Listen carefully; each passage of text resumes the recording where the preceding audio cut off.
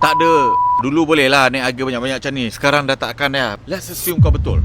Harga rumah tak naik 1 sen pun in the next 35 tahun. Now, kita guna case study of property yang kita beli ni dekat Nexa. Tahun lepas waktu fire kita beli property ni. Klien kita beli property ni tanpa modal, bayar bank bulan-bulan 2,000 tapi boleh sewa sampai 3,500. Let's assume every month dapat bersih 1,000 guys. Over 30 tahun, you akan buat 360,000 and lepas 30 tahun, rumah tu dah habis bayar. So assuming rumah yang kau beli hari ni 400,000 ni, tak naik harga langsung, lepas 30 tahun, loan dia kosong, you ada rumah 400,000 and you dah collect 360,000 hasil sewa additional in the last 30 tahun. So, untung yang kau dapat 760,000. Now, let's use a conservative scenario. Aku cakap naik sekali ganda. Rumah value 800,000, lepas 35 tahun, kau dapat buat 1.16 million. A lot of people, dia seksa dekat dalam dunia ni sebab dia tak faham matematik duit. So, tolong belajar supaya even bila kau kalah, kau menang.